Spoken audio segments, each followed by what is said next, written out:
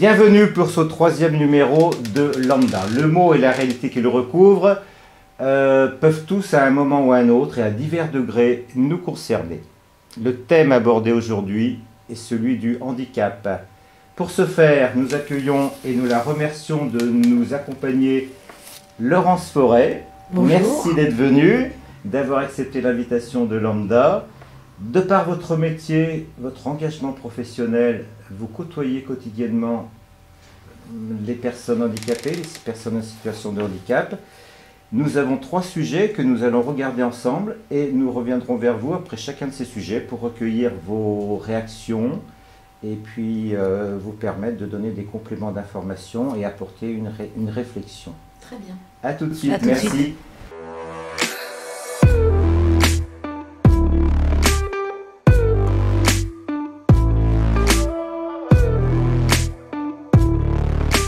Pour ce nouveau numéro, la problématique retenue est le handicap. Que recouvre ce mot? À quoi fait-il écho? Nous sommes allés à la rencontre des Mâconnais pour leur demander. C'est très varié le handicap, c'est tout ce qui ne va pas rentrer dans la norme, mais la norme c'est aussi quelque chose d'un peu trop strict peut-être. Après on peut avoir des handicaps invisibles et il peut y avoir aussi des handicaps visibles. C'est une différence par rapport à quelqu'un d'autre, par rapport à un groupe. Je trouve que les prises en charge, même si elles ont évolué, le parcours est compliqué pour les familles et même pour les personnes qui ont une différence. Et c'est déjà compliqué leur vie et on ne facilite pas la vie de ces personnes-là ni de leur famille. Et du coup ça rajoute un combat au combat. Des gens qui ne peuvent pas vivre normalement dans la vie quotidienne, donc soit des difficultés motrices, soit l'esprit. Pour moi, c'est quelque chose avec lequel on a beaucoup de mal à vivre, qui nous empêche même de vivre certaines choses. Et je pense qu'il y en a bien plus, il y a bien plus de cas d'handicap que ce qu'on croit. Tout n'est pas adapté à eux, mais ils sont normaux comme tous. Eh bien, si une personne à mobilité réduite ou avec des fonctions cérébrales réduites, donc pour elle, il faut des lieux adaptés, des choses comme ça. Et c'est vrai que quand on dit handicap, c'est tout de suite complication. Parce qu'un simple trottoir, je pense que ça peut être un peu très compliqué pour un fauteuil roulant qui est non motorisé. La loi du 11 février 2005 définit le handicap ainsi. Toute limitation d'activité ou restriction de participation d'activité à la vie en société subie dans son environnement par une personne en raison de l'altération substantielle, durable ou définitive d'une ou plusieurs fonctions physiques, sensorielles, mentales, cognitives ou psychiques, d'un polyhandicap ou d'un trouble de santé invalidant. Cette loi implique le droit à la compensation du handicap et garantit l'accès aux droits fondamentaux reconnus pour chaque individu. Droit à l'éducation, droit au travail, droit d'exercice à la citoyenneté, droit au logement, droit au déplacement. La loi de 2005 prévoyait de garantir l'accès aux établissements recevant du public dans un délai de 10 ans, c'est-à-dire en 2015. Nous verrons ce qu'il en est, mais auparavant, un éclairage historique est nécessaire. Dans l'Antiquité, les personnes handicapées sont considérées comme impures et victimes d'une malédiction divine. Elles sont donc exclues ou tout simplement tuées à la naissance. Au Moyen-Âge, elles sont enfermées, cachées, prises en charge par le clergé dans l'ombre des hospices. Il faut attendre le XVIIIe siècle, siècle dit des Lumières, pour que le respect des personnes soit pris en compte, pour que la responsabilité de la société soit affirmée, et que la scolarisation universelle donne une signification médicale au handicap. Ce seront les lois de 1881, loi Jules Ferry sur l'école obligatoire, gratuite et laïque, et de 1898 sur l'indemnisation en cas d'accident du travail. La loi de 1901 sur les associations, loi qui permet une action collective, permet un développement considérable de structures dédiées aux personnes handicapées. Des établissements spécialisés, créés et dirigés par des associations, voient le jour partout en France. Vous l'aurez compris, un long chemin a été parcouru. Pour autant, depuis 2005, que s'est-il passé? Certes, des progrès sont à mentionner, mais il reste beaucoup à faire.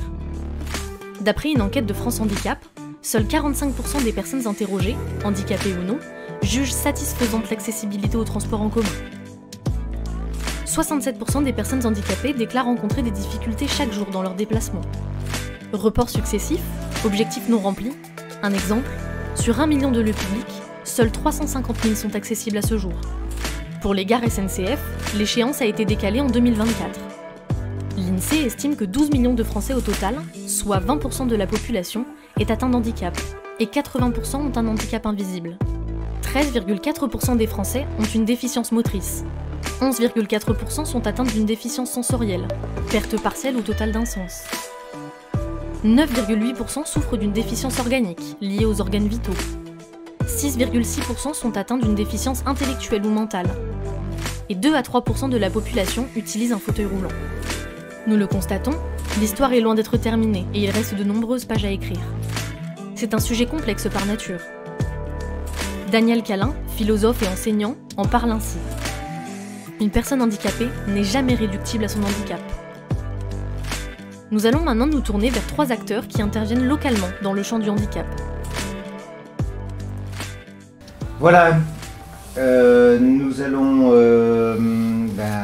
parler un petit peu de vos réactions face à ce micro-trottoir. Qu'est-ce que ça, au niveau des représentations des gens, qu'est-ce que ça évoque en vous, ces phrases recueillies? Moi, je pense que la société a de plus en plus connaissance des types de handicap, même si on voit que pour certaines personnes, c'est réduit à de la motricité ou à une déficience intellectuelle. Des efforts ont été faits pour faire connaître le handicap. Après, pour l'accepter et inclure dans la société les personnes en situation de handicap, là, il y a encore effectivement, comme vous le disiez dans le reportage, encore beaucoup de choses à faire, que ce soit la SNCF, mais les lieux publics, etc. Ce qui est important aussi, c'est tout ce qui est handicap invisible. Parce que représentation du handicap pour les personnes, c'est la personne en fauteuil, parce que c'est le logo que l'on connaît, et voilà. Mais il y a aussi à côté toutes les personnes avec des handicaps invisibles, des maladies invalidantes. Enfin, vous avez, les chiffres là sont quand même assez éloquents, qui ont besoin quand même que l'on adapte certaines choses dans la société. On doit s'adapter à eux, c'est pas à eux de s'adapter à nous. Enfin, je pense que c'est comme ça qu'il faut qu'on travaille avec tous ensemble, de trouver comment s'adapter pour qu'ils puissent avoir une vie pleine et entière dans notre société. Nous l'avons vu, la situation de handicap peut concerner chacun d'entre nous à tout moment à différents degrés. Qu'est-ce qu'il faut faire quand cette situation se présente ? Alors effectivement, demain, vous avez un accident dans votre jardin, vous avez un accident de la route et les conséquences sont un handicap ou une maladie grave. Vous allez être accompagné par les établissements de soins qui vont vous orienter vers la structure qui décide, les instances qui décident, qui sont notamment les MDPH, les maisons départementales du handicap. Il y en a une dans chaque département. Elles sont gérées par les conseils départementaux. Et c'est vraiment à cet endroit que tout démarre. Vous allez avoir une étude de votre dossier pour reconnaître votre incapacité, votre invalidité ou votre handicap. D'ailleurs, le handicap, parce que l'invalidité, pardon, c'est la sécurité sociale. Ensuite, vous allez avoir accès à toutes les aides possibles, la prestation de compensation du handicap, les orientations. Est-ce que je dois aller réapprendre un nouveau métier dans un ESAT comme on a vu tout à l'heure? Ou est-ce que je dois d'abord me former, avoir une formation? Il faut savoir dans chaque formation, au niveau national, il y a des places réservées pour les personnes en situation de handicap, où vous êtes rémunérés un petit peu plus que les autres stagiaires d'ailleurs, parce que vous avez plus de besoins souvent pour vous loger, etc. Il y a énormément de choses qui existent en France. Le handicap est très bien accompagné en France.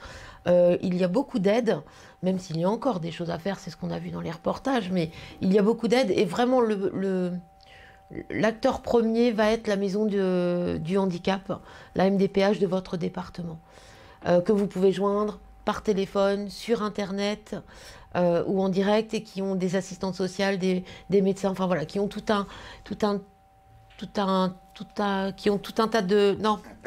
ont tout un panel de professionnels qui vont être là à votre écoute et qui vont pouvoir accompagner la personne avec ce handicap de naissance ou ce handicap qui vient de survenir. Très bien. Je vous propose maintenant de regarder avec nous le premier sujet qui va nous faire rencontrer Kevin Vincent, qui a créé une association qui s'appelle Parole.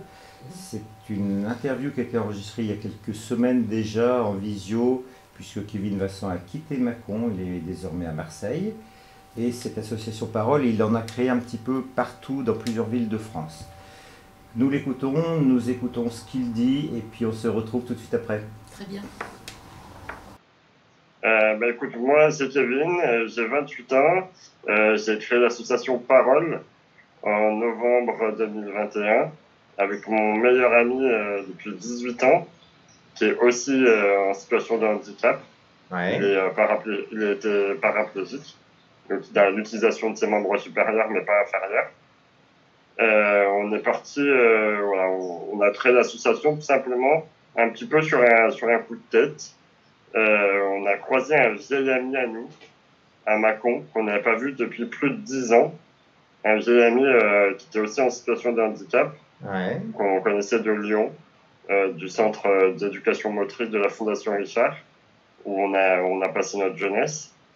Et il m'a parlé un peu de ses conditions de vie dans un foyer d'accueil pour adultes. D'accord. Et j'étais un petit peu embêté pour lui, le connaissant, sachant que ses capacités, de savoir que depuis 10 ans, il passait son temps là-bas et qu'il était vraiment, je vais pas dire le mot, mais presque, ouais, privé de ses libertés. D'accord, ouais. Donc ça m'a embêté. J'ai essayé de l'accompagner un peu au mieux comme ami, quoi. Ouais. Et au fur et à mesure du temps passé avec lui, je me rendais compte que c'était plus possible, il fallait faire quelque chose. Il y avait des choses qui étaient à mes yeux graves. Ouais. Pour d'autres personnes qui n'étaient rien, mais pour mes yeux de personnes handicapées et dépendantes, je ne pouvais pas accepter qui vivaient, en fait, tout simplement. Hein. D'accord, ouais. Autant dans l'accompagnement qu'il avait, autant dans les restrictions qu'il avait. Avoir 32 ans et devoir rentrer à 17h tous les jours. Ouais. Pour moi, c'était pas possible. Lui, clairement, il était malheureux. Ouais. Il veut vivre en appartement. D'accord. Il a les capacités de vivre en appartement. Le problème, c'est qu'à ses 20 ans, au moment où son orientation s'est faite, il a été mis sous tutelle. D'accord. Et donc, il n'est plus libre de ses choix. Il venait des fois dans mon appartement, il me dit j'aimerais bien avoir un appartement. Et je sais que moi, le connaissant, il en est capable. Ouais. Surtout qu'aujourd'hui, il y a plein de structures, même voilà, pour des personnes qui ont peut-être du mal à gérer des dossiers, etc. Oui, oui, oui. Enfin, il n'y a pas besoin d'être handicapé pour avoir du mal à faire ses papiers. Complètement. Il y a des personnes valides qui font mal leurs papiers. Et aujourd'hui, il y a des accompagnements qui sont possibles. Tout à fait, oui. Donc, l'option, on est handicapé, on vit soit dans un centre, soit chez papa-maman. Ouais. C'est n'importe quoi. C'est juste pour une réduction des coûts. Parce que évidemment que ça coûte moins cher à l'État de nous mettre en centre que de nous mettre à domicile. Ouais, ouais, ouais. Moi, je me suis un jour amusé à calculer ce que ma vie à domicile coûtait. Ouais. Et on arrive presque aux 200 000 euros par an. Nous, avec mon meilleur ami, donc, qui est le cofondateur de l'association, on en a eu marre et on s'est dit mais c'est pas possible, il faut faire quelque chose. Ouais. On peut faire changer les mentalités. Et donc on a créé cette association. Donc on a appelé Parole parce qu'on s'est dit que tout ce qui pouvait changer, évoluer, passait par la communication. Tout à fait, oui. Par le fait d'expliquer aux gens. Et voilà, donc il y a eu un grand mouvement au début. Ouais. Où les gens étaient hyper contents. On a eu des sollicitations, même des repartages et un peu d'aide de personnes un petit peu influentes dans le monde du spectacle. Un humoriste très très connu qui nous a donné un petit coup de pouce. Ouais, ouais. On a vraiment senti un mouvement, une énergie assez importante. Ouais. Et jusqu'au moment où en fait on a fait le constat qu'il y avait plus de personnes valides que de personnes handicapées. Ouais. Alors pour une association qui est pour les personnes handicapées, c'était un petit peu embêtant. Ouais. On s'est dit mais les personnes handicapées enfin, en fait, sont bien. Elles sont pas si mal que ça. Ouais, Parce que moi, si je suis mal et qu'on me propose une solution, ben, j'essaye de la prendre. Ouais. Et voilà, donc on a eu du mal à solliciter des personnes handicapées, tout simplement. Pour moi, le problème, c'est pas les personnes valides. Hein. Ouais. Les personnes valides, elles sont en général très ouvertes, très généreuses, très impressionnées dès qu'on parle un peu avec eux de ce qu'on fait, etc. Pour moi, le problème, c'est les personnes handicapées elles-mêmes. D'accord. Parce que, en fait, elles sont rentrées dans un système où aujourd'hui, elles attendent qu'on leur donne des droits, mais elles oublient qu'elles ont des capacités. Ouais. Et aujourd'hui, tous les organismes de personnes handicapées, type MDPH, toutes les plus grosses associations françaises qu'on connaît, elles sont gérées pour la plupart par des personnes valides. D'accord, ouais. Et moi, personnellement, si j'ai un problème de plomberie, j'appelle un plombier. Oui, tout à fait. J'appelle pas un menuisier. Et souvent, ça nous fait penser à une phrase de Nelson Mandela qui dit « Ce qui est fait pour nous, mais sans nous, est fait contre nous, en fait. » D'accord, oui. Puisque vous connaissez pas, en fait, ce qui se passe. Alors, ça part d'une très bonne intention. Venez nous aider, mais laissez-nous vous expliquer comment faire. Voilà une prise de parole forte, à la fois citoyenne et engagée. En tant que professionnel travaillant dans le champ du handicap, Laurence Forêt, quelles sont vos réactions à ce que vous avez entendu? C'est effectivement très fort. Enfin, en plus, il y a beaucoup de thèmes abordés. Enfin, je crois qu'on pourrait en parler pendant des heures de cette intervention de ce monsieur. Tellement il dit de choses importantes aujourd'hui. Enfin, aujourd'hui, importantes. J'ai noté surtout la fin, là, j'aime beaucoup le fait de dire si j'ai besoin d'un plombier, j'appelle un plombier. Si on parle du handicap, ben, on parle avec des personnes en situation de handicap. Et c'est ce que les grandes associations, on essaye tous de faire aujourd'hui. C'est ce qui nous est demandé aussi dans les textes, de faire participer les personnes. Alors depuis une loi de 2002, il y a eu la création des CVS. Donc il y a dans les associations plusieurs instances où les personnes en situation de handicap sont partie prenante. Qui ont été créées notamment avec la loi de 2002, on a une obligation de mettre en place ces instances dans chaque établissement. Après, effectivement, dans ce que dit Kevin, je pense que dans les années 2000, la parole de la personne accompagnée, de la personne en situation de handicap, n'était pas forcément entendue. Le système faisait que tout était déjà prévu pour la personne, pensé pour la personne, accueilli dans des structures fermées, donc peu d'expression possible en fait. C'est plus tout à fait le cas aujourd'hui. Alors je suis désolée pour son ami qui peut-être connaît quelque chose un peu de difficile, mais aujourd'hui, en tous les cas, on nous demande d'ouvrir les portes, d'aller vers une société inclusive. On en parlera peut-être un peu plus tard d'ailleurs, mais voilà, d'aller vers une vie comme tout le monde. Ça, c'est quelque chose que j'aime à dire assez régulièrement.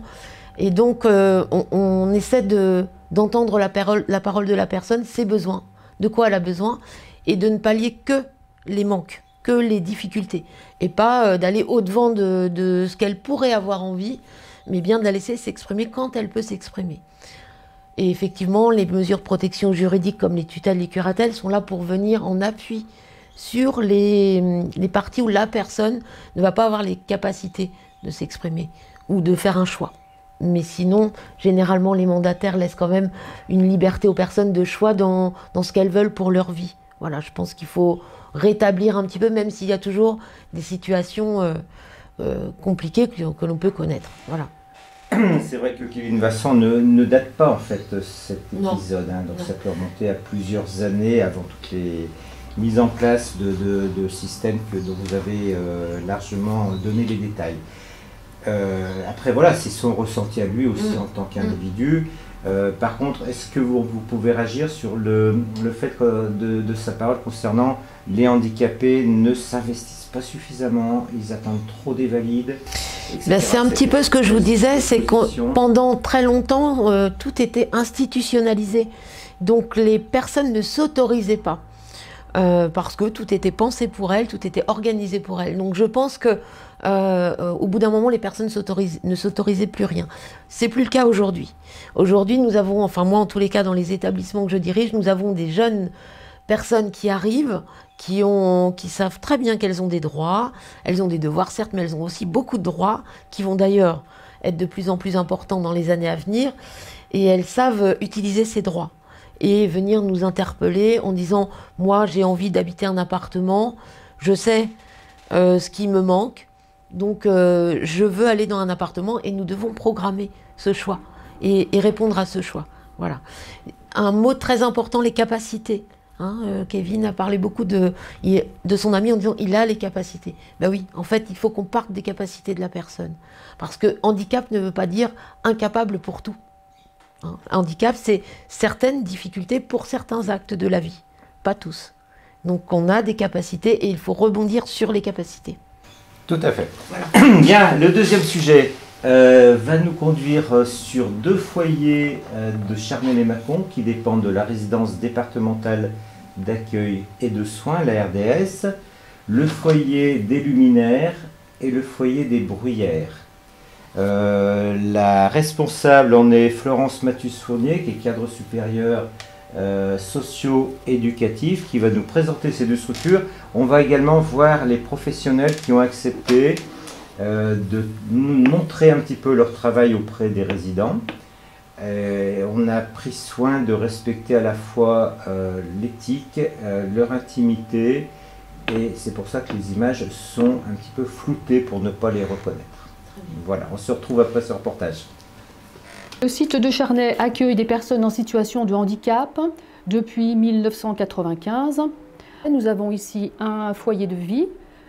Nous accueillons 102 personnes, plus 2 places d'accueil temporaire et un foyer d'accueil médicalisé qui accueille 50 personnes, 48 permanents, un accueil de jour et un accueil temporaire. Les valeurs de l'établissement prônent l'autonomie de la personne accueillie, sa liberté d'aller et venir et le respect de ses choix. C'est fondamental pour accueillir ces personnes qui sont vulnérables. On les accompagne dans les achats de la vie quotidienne, c'est-à-dire leurs produits d'hygiène, les accompagnements pour les retraits d'argent. Un véhicule, où il y en a qui sont plus autonomes, qui vont tout seuls en bus. Il peut y arriver aussi, il y a des résidents, par exemple, on a un résident qui a beaucoup plus de difficultés, au fait, on fait d'apprentissage au fait, pour qu'il puisse sortir, aller faire son achat tout seul. Donc on fait des accompagnements en bus, donc voilà, et tous les mardis, pour qu'il puisse apprendre, et puis se repérer. Une fois, on fait achat avec plaisir, il achète un gâteau ou des boissons. Là, ces résidents-là, il arrive à partir tout seul. Mais bon, on les surveille quand même de loin, mais on voit qu'il vraiment il y a des progrès. Il a réussi quand même à aller seul, vraiment. Voilà. Et puis, les rendre autonomes le plus possible. Voilà. Il y a un climat vraiment de confiance qui entre nous. Il y a des moments où vraiment on essaye de détendre un petit peu, de le mettre à l'aise. Voilà, il n'y a pas que toute la journée qu'on les rabâche pas, fais ça. Et voilà, il y a des moments où en fait, on essaye de jouer un petit peu. Les cadres, on laisse un petit peu les cadres. Voilà. La différence entre un foyer d'accueil médicalisé et un foyer de vie est la dépendance, en fait. Les personnes qui sont accueillies au foyer d'accueil médicalisé présentent une dépendance importante, une dépendance physique et psychique. On parle de polyhandicap ou de surhandicap. On a aussi la question du vieillissement qui vient rajouter des difficultés dans l'accompagnement de ces personnes avec des problématiques de soins médicaux qui s'accentuent. Qui dit médicalisé, dit une présence infirmière importante, psychomote, ergo, kiné, c'est une kiné libérale, et la présence d'un médecin généraliste 2 fois par semaine. Je fais partie de l'équipe infirmière, nous sommes plusieurs. On a un temps de présence de 7h30 le matin jusqu'à 19h30 le soir. Je travaille dans une maisonnée qui accueille un public polyhandicapé avec des troubles du comportement. Et donc il y a les soins techniques qu'on fait auprès du résident. Les accompagnements à la toilette s'adaptent à chaque résident. On peut être là pour l'aide au repas, donc donner à manger à un résident. On est garant de sa prise en charge, donc on s'occupe des visites médicales avec le médecin. On accompagne les résidents en consultation extérieure quand la présence infirmière le permet. Après, au foyer de vie, donc, nous accueillons 102 personnes, plus de places d'accueil temporaire, ce qui fait 104. Et nous avons un accueil de jour à proximité qui appartient aussi au foyer de vie, c'est un service à part. Ces personnes accueillies au foyer de vie sont relativement autonomes. C'est ce qui fait la différence entre un FAM et un foyer de vie. L'autonomie ici est plus importante, elle est toujours relative bien sûr, personne n'est autonome à 100%. Leurs journées sont rythmées par des temps d'activité.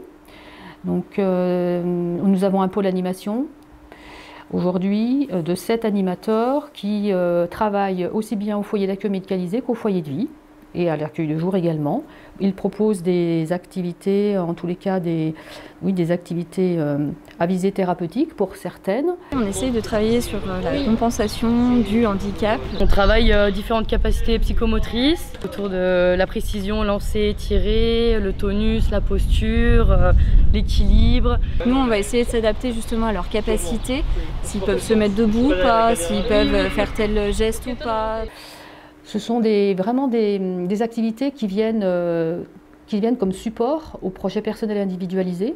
On ne pourrait pas travailler sans ce pôle animation.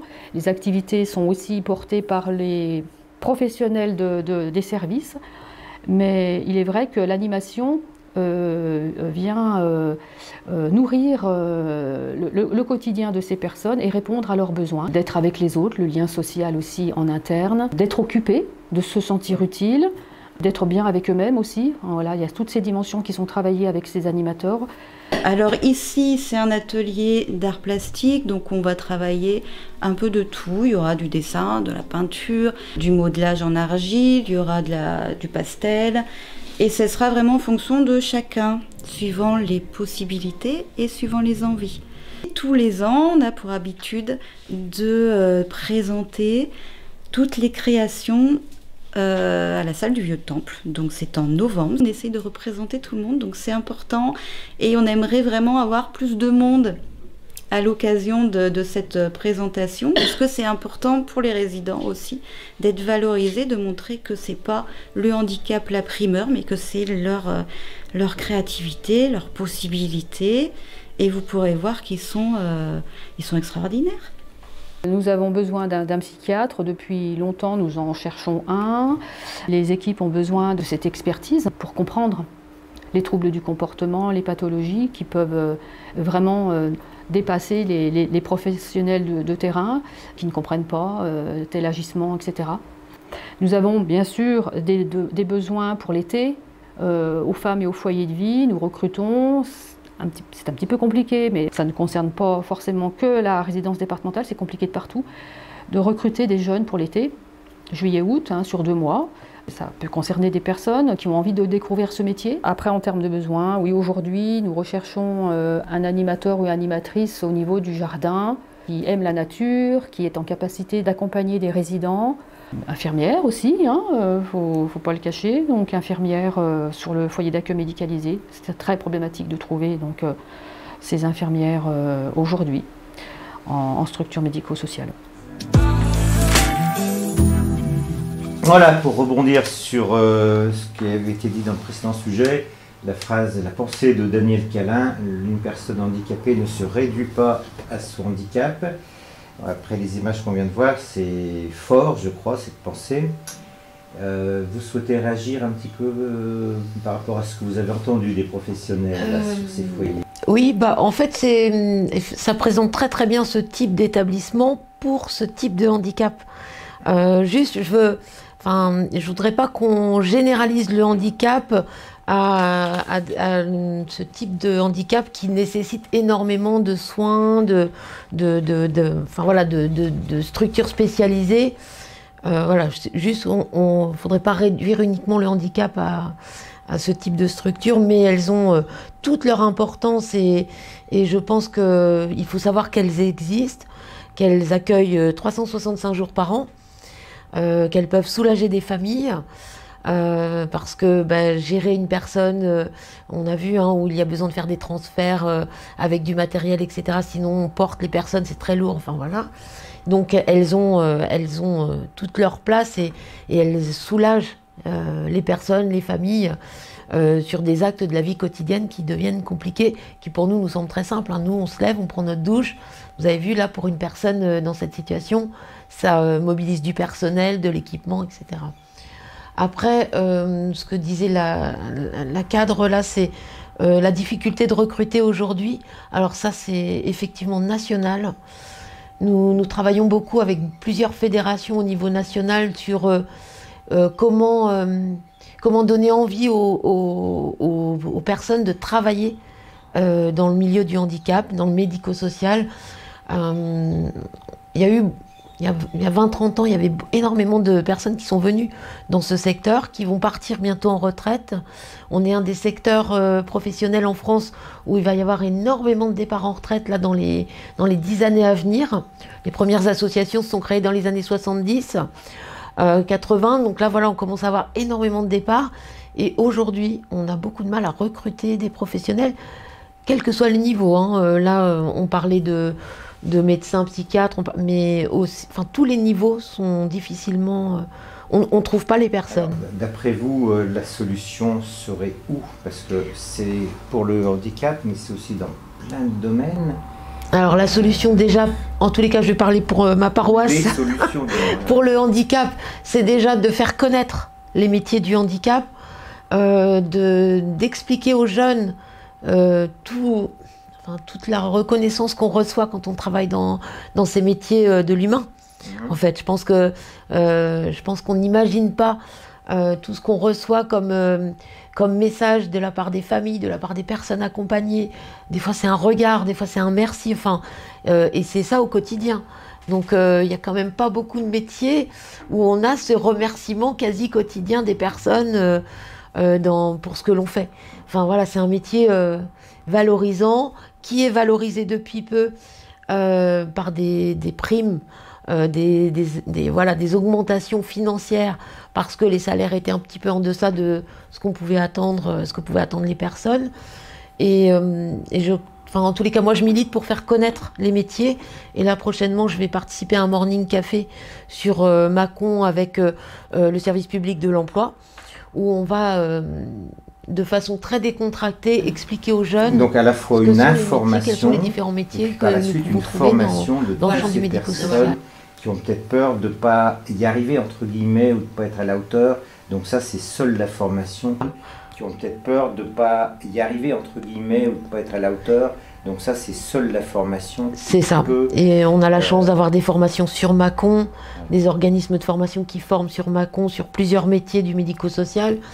Il y a une école d'infirmières. Enfin, voilà, donc on est quand même assez bien doté en termes de formation sur Mâcon.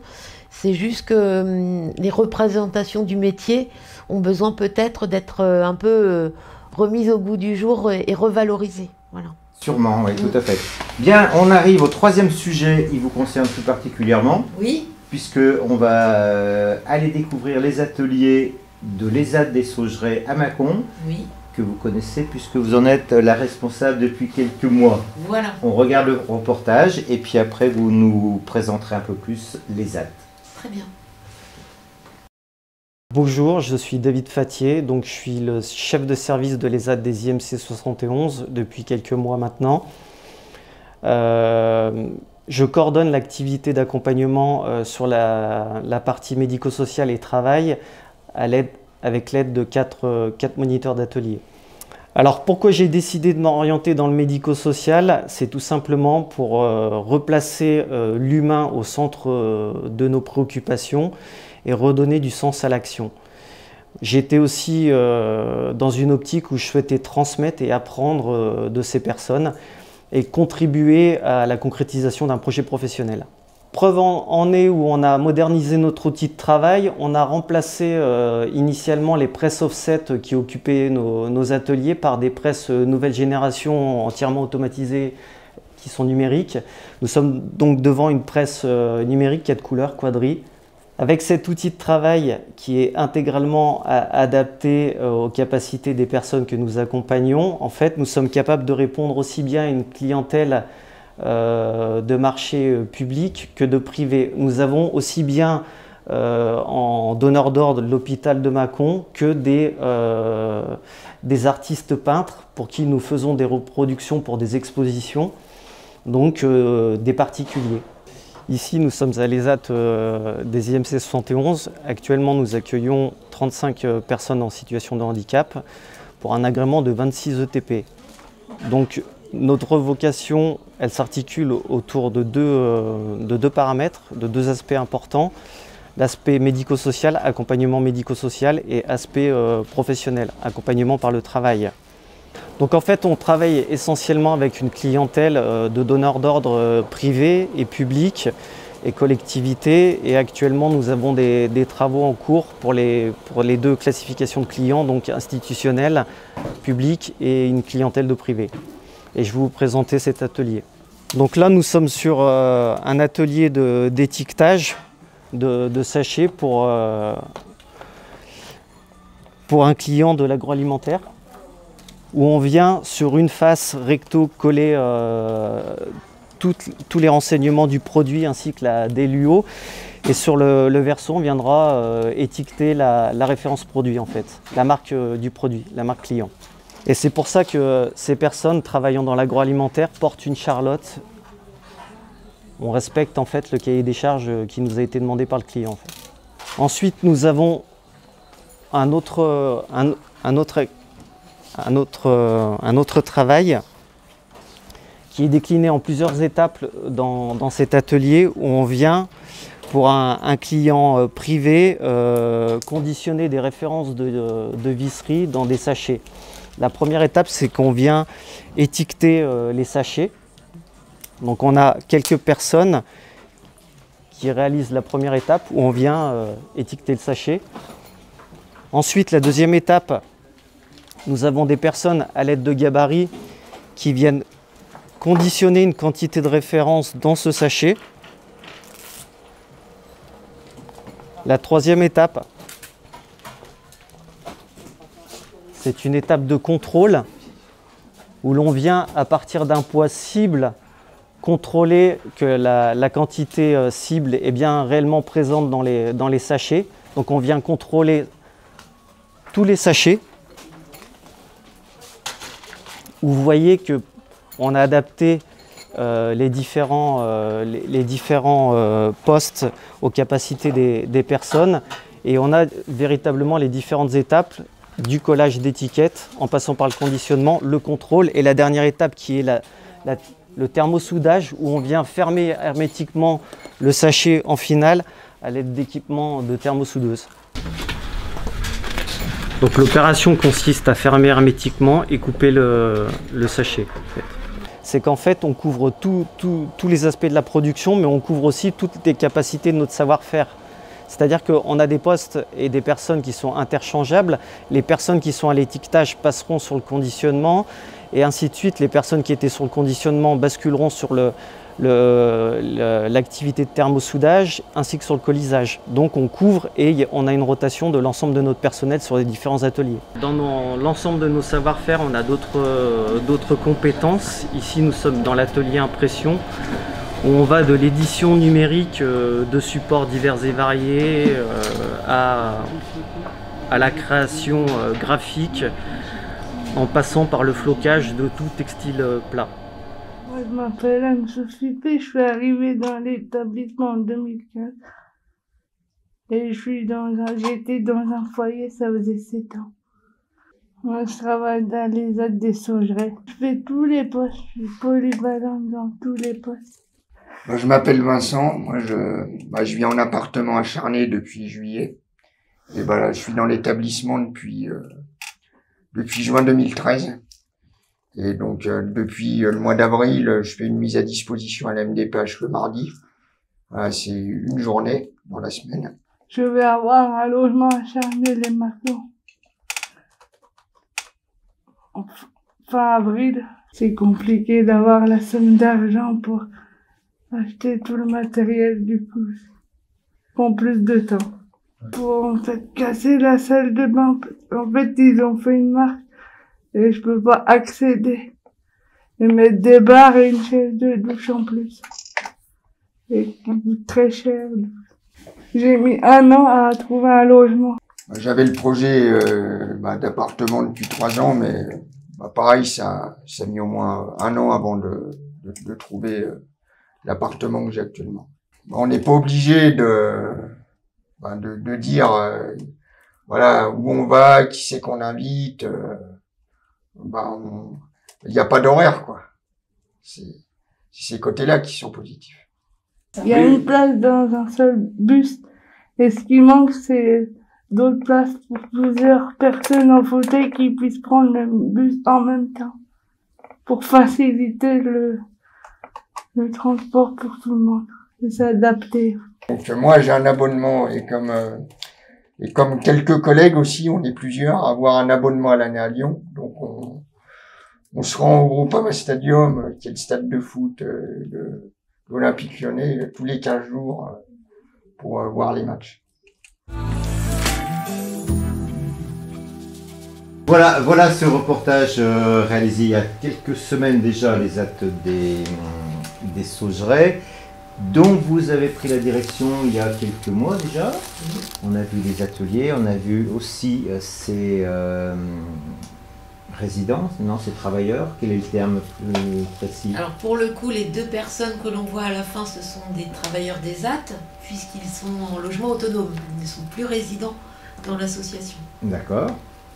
Et on voit bien la fierté qu'ils ont d'avoir enfin un logement, d'avoir enfin un toit à eux, et d'être autonomes quelque part. C'est vraiment très bien de terminer le reportage, je suis très fière que ce reportage se termine avec eux 2, parce qu'ils représentent aussi tout ce vers quoi on a envie d'aller dans l'association, mais pas que, aussi au niveau national, c'est ce qui nous est demandé. Je vous parlais tout à l'heure d'inclusion. L'inclusion, c'est quoi? C'est ne pas vivre à côté ou en marge, mais vivre avec tout le monde. Donc vivre dans des lieux où tout le monde habite, pas un immeuble repéré avec le petit logo handicap dans le bas, mais bien dans un appartement avec des voisins lambda, voilà, par exemple. Et c'est surtout avoir une vie comme tout le monde et juste les aides nécessaires sur ce que l'on ne peut pas faire seul. Voilà. On rebondit sur ce que Vincent disait, Kevin disait au départ, l'histoire des papiers à remplir. C'est exactement ça.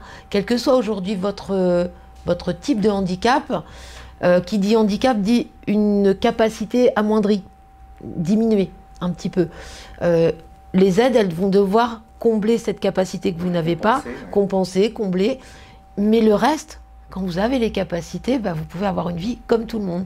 Et quand on entend Vincent qui va voir ses matchs de foot à Lyon tous les 15 jours, il est ravi.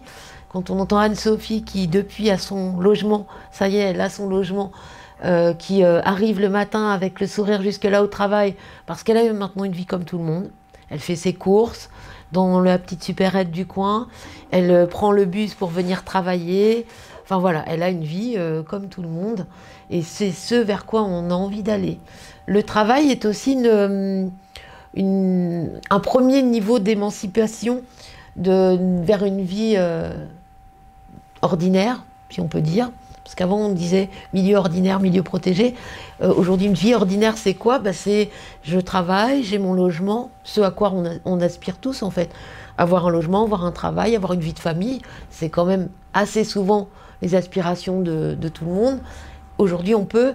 Et les ESAT sont vraiment là pour remettre, je dirais, une dynamique en route, soit de réapprendre à travailler. Par exemple, vous pouvez avoir eu un accident dans votre vie personnelle ou professionnelle qui fait que vous n'avez plus les mêmes capacités qu'avant, notamment physiques, et vous avez besoin de retravailler un nouveau métier, d'apprendre un nouveau métier. L'ESAT peut être là pour ça. Donc il peut être un tremplin pour repartir après vers un nouveau métier. Et il est là pour les personnes qui n'auraient pas le rythme, les cadences pour travailler dans le milieu, ce qu'on appelait le milieu ordinaire avant. En tous les cas, vous avez vu qu'on produit pour des entreprises, pour des administrations, On est reconnu, hein, le travail des ESAT en France est reconnu. On est fédéré, on a des fédérations, on a des sites qui répertorient tous les ESAT de France et toutes les capacités, les possibilités de travail que l'on a en France qui sont très très variées en fonction du public accueilli dans les établissements. Et en plus, nous allons vers un plan de transformation des ESAT pour les années à venir qui va augmenter les droits des personnes qui travaillent en ESAT pour aller vers des droits quasiment les mêmes droits que tout travailleur en France. C'est-à-dire que pendant des années, les travailleurs d'ESAT étaient régis sous le code de l'action sociale et des familles, et non pas le code du travail, mais ceci est en train de changer, et les droits des personnes vont être vraiment très proches des droits de tout travailleur français. Donc on est assez fiers et on a vraiment envie de participer à cette transformation. Et en local aussi, nous travaillons beaucoup, toutes les associations en local avec l'ARS et le conseil départemental, sur une réflexion commune du plan de transformation de tous nos lieux d'accueil, de tous les accompagnements qui sont proposés aux personnes en situation de handicap pour justement aller vers du plus d'inclusion, vers voire du tout inclusif si c'est possible, et en tous les cas de respecter au maximum les choix, les besoins, les envies des personnes que nous accompagnons. D'accord, merci Laurence Forêt pour ces belles valeurs humanistes et puis qui traduisent un état d'esprit qui est en train d'évoluer, de changer pour l'inclusion. On peut dire que l'équipe de Lambda a été très émue de rencontrer des professionnels de grande qualité qui étaient à la fois exigeants envers les personnes handicapées, mais en même temps bienveillante. Il y avait une bienveillante exigence. Il ne leur faisait pas de cadeaux, je pense à la psychomotricienne qui jouait au ballon avec les résidents, et quand le ballon était mal réceptionné ou mal envoyé, elle leur expliquait gentiment qu'il fallait refaire le travail. Pas de cadeaux, mais en même temps une bienveillance formidable et une volonté d'éduquer, de faire progresser, d'aider au maximum. Voilà. En tous les cas, on les remercie tous. On sait qu'ils ont pris du temps pour présenter aussi leur travail. On sait aussi qu'ils vont le partager avec les personnes des foyers, avec les résidents, comme ce sera le cas exactement oui, tout à fait. Pour les ZAD. Et en tous les cas, tous, on vous remercie infiniment. Cette émission est terminée. Un coup de chapeau particulier pour Maëva da Silva aux manettes, pour la voix off pour Amandine Bouilleux, pour le montage Mathieu Bilstein, Baptiste Gallion, Yannel Pio, Nils Filzer, Pierre Marchneider. On se retrouve très bientôt pour un nouveau numéro. Au revoir.